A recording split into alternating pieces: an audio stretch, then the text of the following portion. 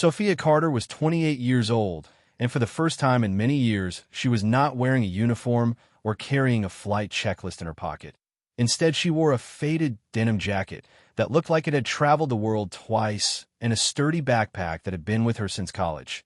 Her brown hair fell freely to her shoulders as she walked across the polished marble floor of John F. Kennedy International Airport, her boarding pass tucked between the pages of a weathered travel journal. She had told her friends she was taking a gap year to see Europe before deciding what came next. Most of them believed her. A few suspected there was more to it. Sophia had been an officer in the Air Force for 7 years, a pilot trusted with missions in deserts and mountains, in hostile skies, and in storms that rattled even the most experienced aviators. She had flown fighters that roared like thunder and heavy transports that lumbered through the clouds like airborne fortresses. But 6 months ago, she had stepped away from all of it, turning in her rank and medals to try something different, something called normal life. Normal life was proving harder to define than she thought. She had been in New York for 2 weeks, meeting old friends, watching the city lights from rooftops, and writing pieces for a small travel blog that had a modest but loyal following. Her next destination was Amsterdam, the gateway to a European adventure she hoped would be about art museums, street markets, and quiet moments in sidewalk cafes rather than runway lights and cockpit alarms. As she joined the security line, she glanced at the other travelers. Families juggling passports and restless children, students with earbuds in and laughter spilling between them. Business travelers scanning emails with furrowed brows. She blended among them easily. No one looking twice at the young woman with the backpack.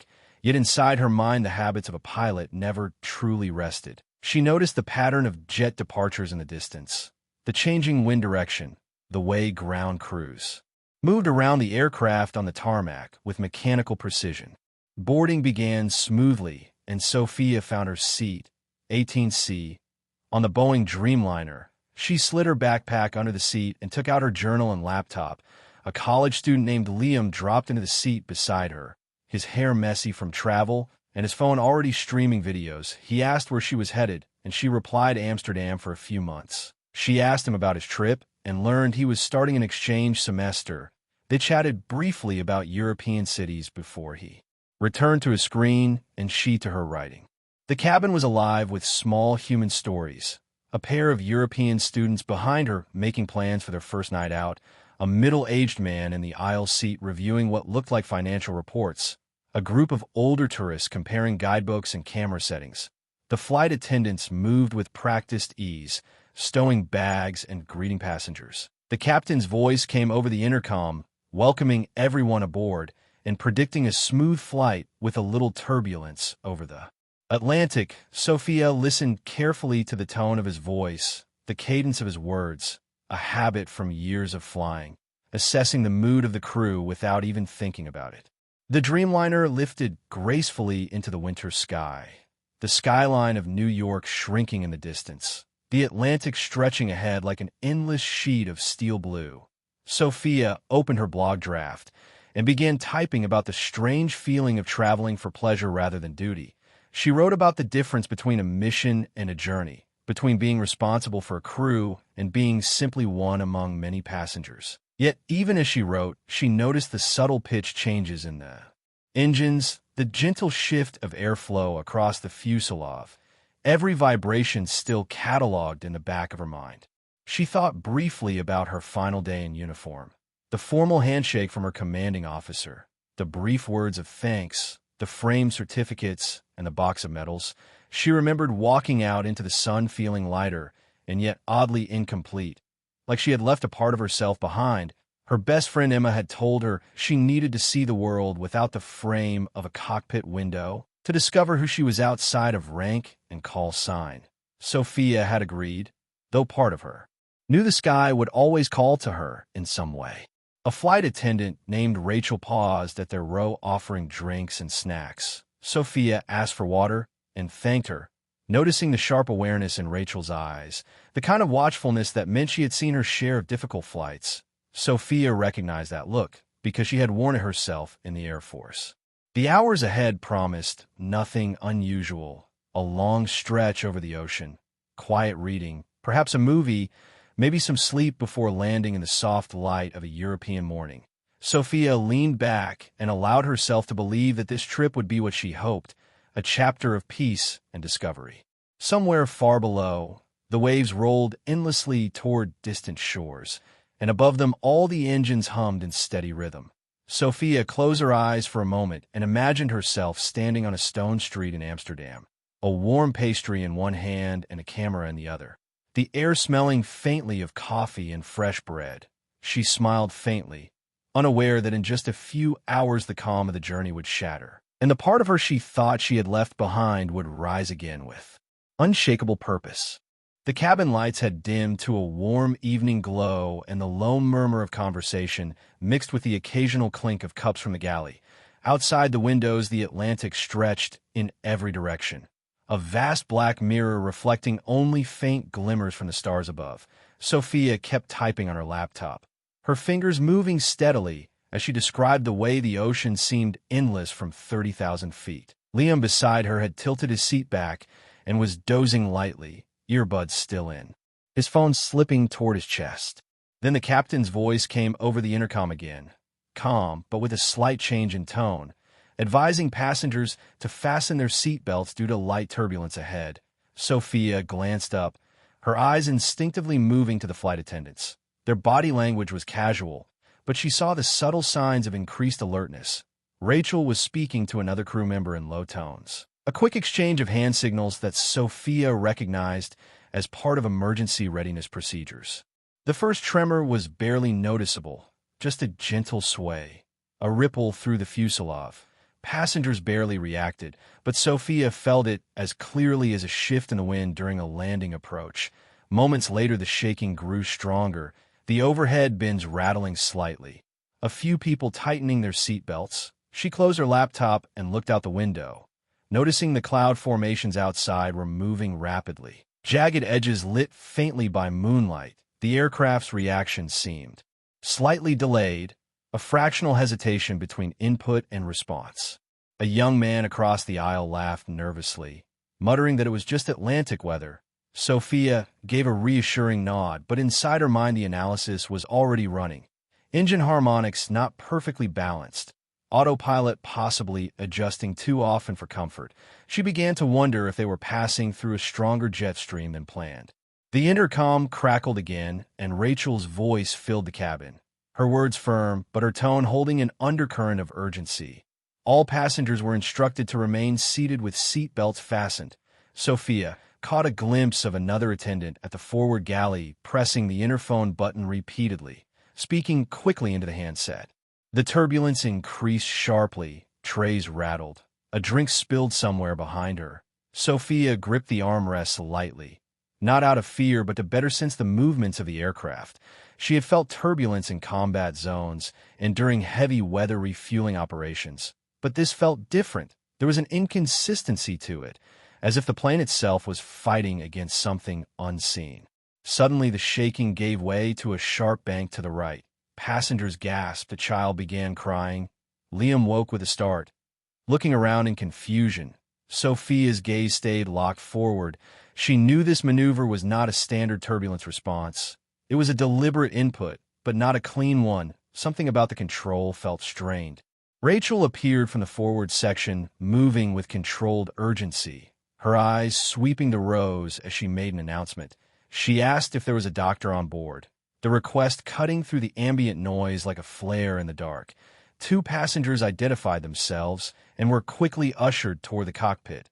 Sophia's chest tightened. A medical emergency in the cockpit was one of the few situations that could turn a flight into chaos in moments.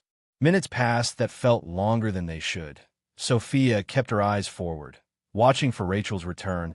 Liam whispered something to her, but she barely registered it. Then Rachel reappeared, her face pale and her movements brisk. She addressed the cabin again, explaining that the captain had suffered a sudden medical emergency and that the first officer was in control of the aircraft but required assistance. Sophia's mind clicked instantly to the grim possibility. Dual pilot incapacitation, rare but catastrophic if it occurred. The aircraft shuddered again, this time a sudden nose drop pressing everyone briefly into their seatbelts. A ripple of panic moved through the cabin, voices rising, prayers whispered, a baby wailing somewhere in the back. Rachel's voice called out again, this time asking if there was anyone on board with aviation experience of any kind. Sophia felt a rush of clarity, the fog of civilian life evaporating in an instant. Every hour of her 7 years in the Air Force returning to the forefront of her mind, she unbuckled her seatbelt and stood, her voice steady as she told Rachel that she was a pilot. Rachel turned to her, eyes wide, clearly not expecting the answer.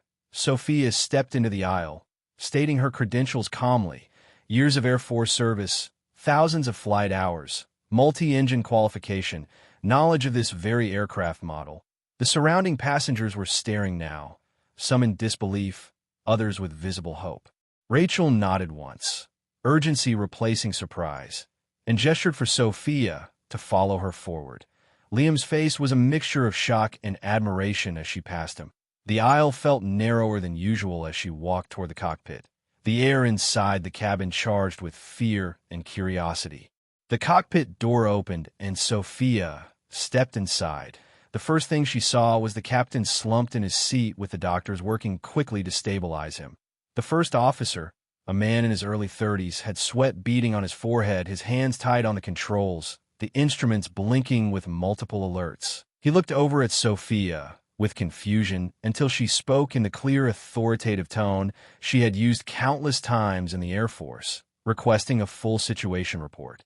Relief flickered in his expression as he summarized: autopilot malfunction, turbulence intensifying, multiple systems showing faults. Sophia slid into the captain's seat, her hands finding the controls as naturally as if she had never left them.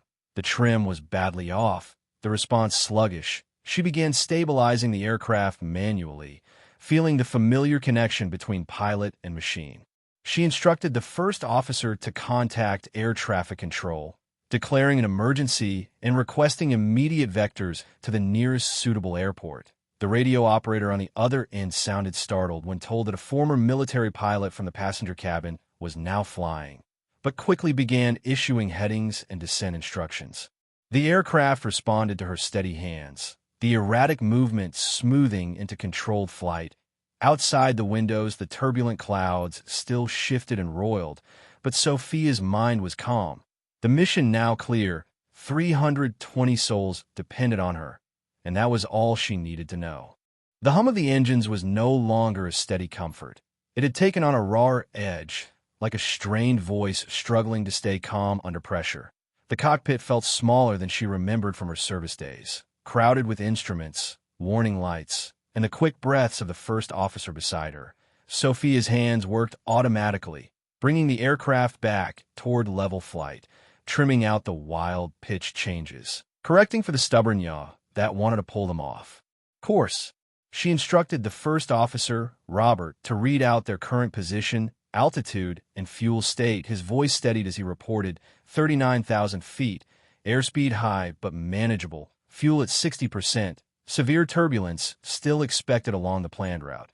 Sophia took in the information in seconds, her mind forming a new flight path even before Robert finished. She told him to advise air traffic control that they were declaring a full emergency, that a dual pilot incapacitation had occurred, and that they needed immediate vectors to the closest safe runway.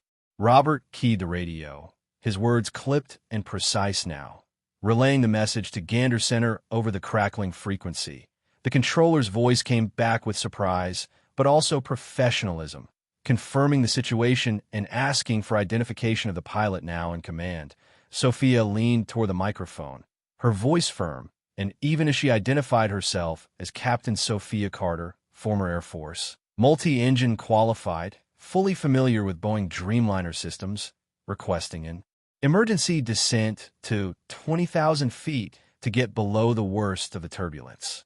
There was a pause on the other end before the controller's tone shifted into that of someone who understood the stakes. They cleared her to descend and turn east toward Iceland, Reykjavik being the nearest airport able to handle the wide-body aircraft and already mobilizing emergency services. Sophia began the descent smoothly, avoiding the temptation to drop too quickly, which would only worsen the turbulence effects on passengers. She wanted to keep them calm, to give them the sense that control had returned to the flight. Outside the windshield, she could see streaks of ice in the clouds, the deep shadows of the Atlantic below, and the distant horizon where a faint band of lighter sky hinted at dawn. Rachel's voice came over the interphone asking for an update. Sophia told her to inform the passengers of the situation in measured terms, that a qualified pilot was at the controls and they were diverting for safety. No unnecessary details, just enough to steady nerves. She could imagine the looks on their faces, the whispers, the way fear turns into fragile hope when they learn someone has stepped forward. Robert began running through the emergency landing checklist, his hands steadier now as Sophia issued each step with crisp clarity: flaps configuration, fuel balance, hydraulic pressure checks. She could see his breathing slow as the rhythm of procedure took over, just as it had for her countless times in the Air Force. The radio crackled again as Reykjavik approach control came on frequency, confirming her position and giving her a direct vector to runway 01. Winds moderate from the northeast. Emergency vehicles on standby, Sophia acknowledged, then told Robert to prepare the cabin for full emergency landing. She wanted the crew and passengers ready for anything, including evacuation. Rachel relayed back that the crew was moving through the cabin, giving instructions. Bracing positions explained, seat belts tightened, passengers reassured. Sophia knew that in moments like this, it was not just the pilots who carried the responsibility. The cabin crew were the bridge between cockpit and cabin, and they bore their own quiet burden of keeping people calm while knowing the truth. The Dreamliner continued its descent, the shaking now more sporadic as they dropped below the roughest air. Sophia scanned the instrument panel, noting that while some warning lights still glowed, the essential systems for flight and landing remained operational. She allowed herself one breath of relief, but only one. The approach still lay ahead, and the margin for error was thin. As the Icelandic coastline emerged through breaks in the clouds, Sophia felt that old focus tighten around her like a familiar harness. The outside world fell away until there was only the aircraft, the runway ahead, and the lives depending on her skill. She asked Robert to call out airspeed and altitude markers as they began the approach sequence. Gear down, flaps 30, approach speed set. In the cabin, passengers leaned toward the windows, catching glimpses of the snow-edged land beneath them. The lights of Reykjavik scattered against the dark sea. Some prayed silently. Others gripped the armrests. A few closed their eyes and simply waited. Rachel's voice continued to flow calmly over the PA, guiding them step by step toward readiness. Sophia kept the approach steady, correcting for crosswind, watching the glide path markers on the heads-up display. Every motion of her hands on the yoke was deliberate, each adjustment fine-tuned. As the runway lights grew larger ahead, she felt the weight of the moment settle in her chest. Not fear, but the deep awareness that this was why she had been trained, why she had spent years in skies both hostile and peaceful, why the instincts never faded. The radio cleared her to land. Full emergency response in place. Sophia eased the aircraft into the final descent, holding her line perfectly despite the wind, trying to nudge them off course. Robert called out the altitudes in steady rhythm. 50 feet, 30, 20. Sophia flared gently. The wheels kissed the runway with a firm but controlled touchdown. The reverse thrust roared, and the Dreamliner slowed under her measured braking. They rolled to a stop surrounded by flashing lights of fire trucks and ambulances. The cabin erupted into applause and tears, relief flooding the air like oxygen after a long hold of breath. Sophia sat back for a moment, her hands still on the controls, letting the reality sink in. She had left the service to find herself, and yet here she was, saving hundreds of lives with the skills she thought she had put away. Rachel's voice came over the intercom announcing their safe arrival, urging passengers to remain seated as emergency crews approached. Sophia exhaled slowly. The mission complete, but the memory of it already etched deep in her mind. The sky, it seemed, was not ready to release her just yet. The engines wound down to a low sigh as the aircraft sat at the edge of the runway, surrounded by flashing lights and the bustle of emergency responders. Through the cockpit windows, Sophia could see figures in heavy jackets moving quickly under the glow of floodlights. The bitter Icelandic air swirled in as the forward door opened and the first paramedics stepped inside. their focus immediately on the unconscious captain still in the seat behind her. Sophia unbuckled her harness and rose, her legs steady despite the hours of tension. Robert looked at her with a mix of exhaustion and gratitude, telling her quietly that he had never been so relieved to see a stranger in his life. She gave him a nod and told him he had done well holding the aircraft together until she could take over. There was no point in false modesty. He knew as well as she did that without her intervention the outcome could have been very different. Rachel appeared in the doorway, her eyes brighter now, though still carrying the weight of the ordeal. She thanked Sophia with the kind of sincerity that goes beyond words.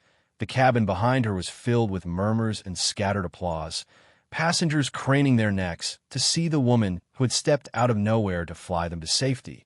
Sophia felt a strange heat in her chest, part pride, part disbelief that only a few hours earlier she had been just another traveler with a backpack.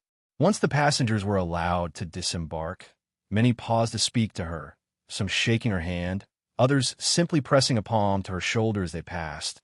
Liam came forward with wide eyes, telling her he would never forget this flight for as long as he lived. She told him to make the most of his exchange semester, to live boldly but carefully.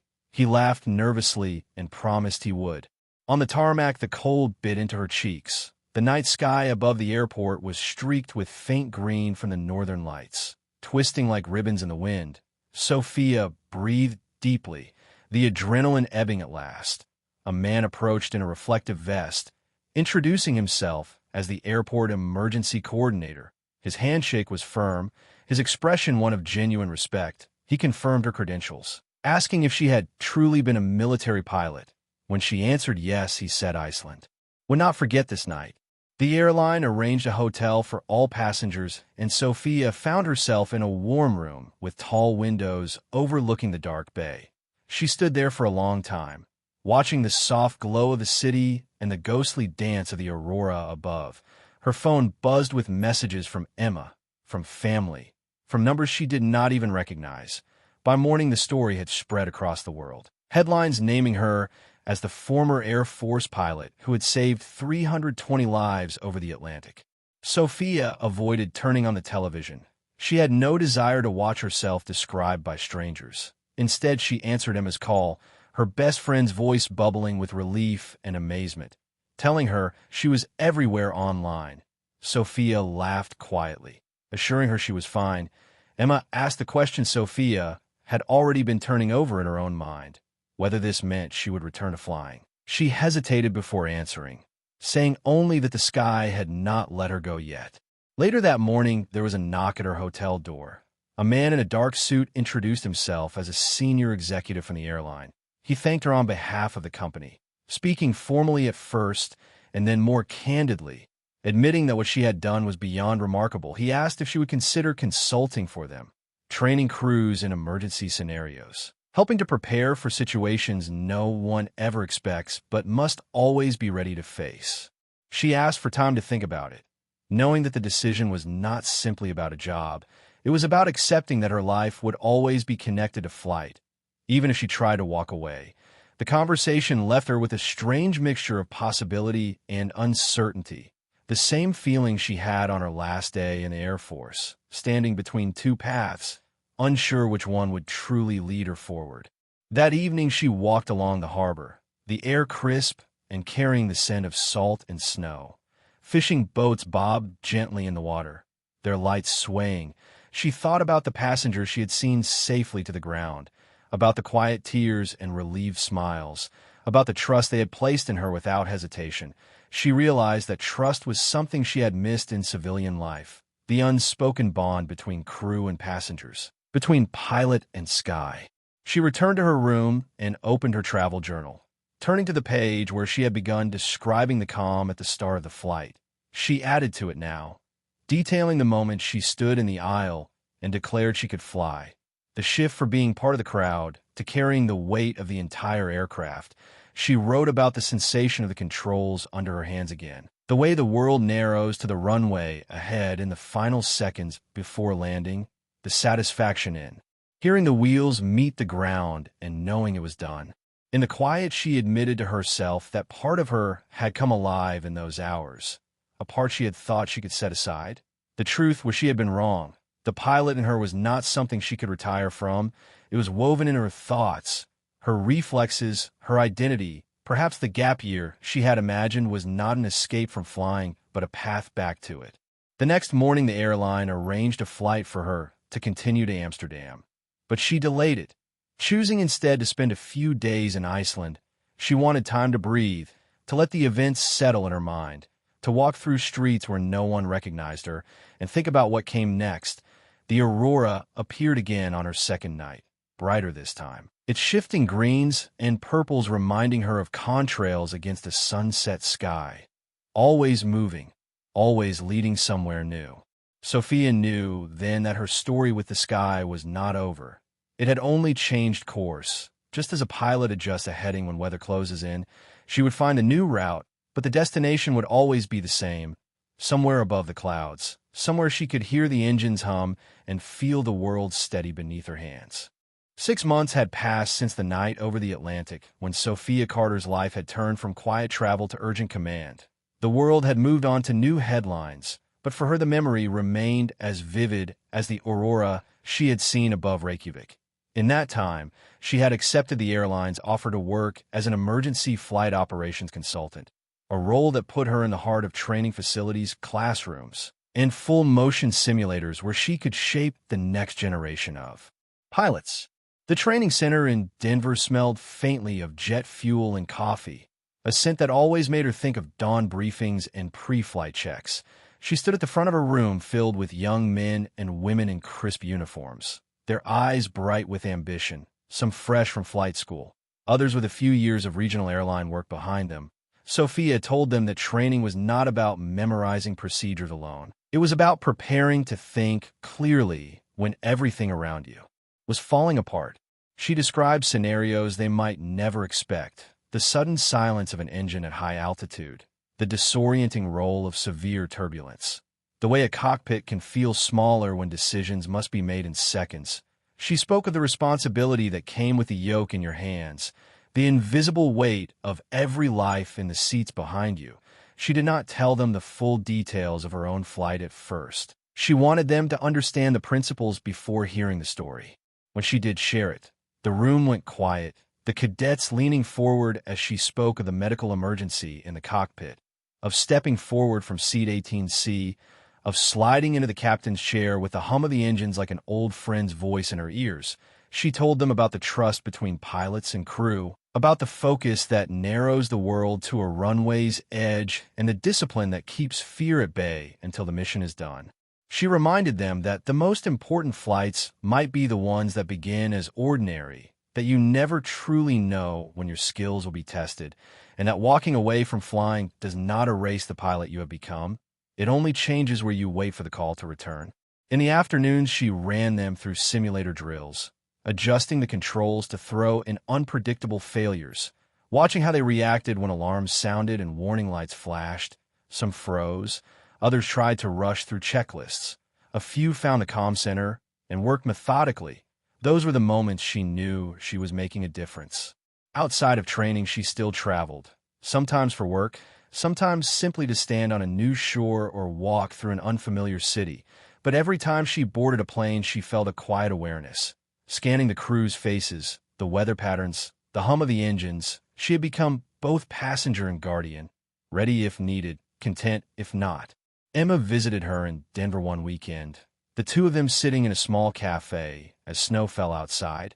Emma teased her that she had gone from gap year adventurer to the teacher of the very skill she thought she was leaving behind. Sophia smiled and said perhaps the gap year had been misnamed. It was not a break but a bridge, leading her from one kind of service to another. When she was alone at night, she sometimes thought of the Atlantic flight, of Liam's startled face when she stood, of Rachel's eyes when she realized help had come, of Robert's steadying hands as they descended into Iceland's cold night. She knew that not all endings were truly endings. Some were simply new beginnings that require the right moment to reveal themselves.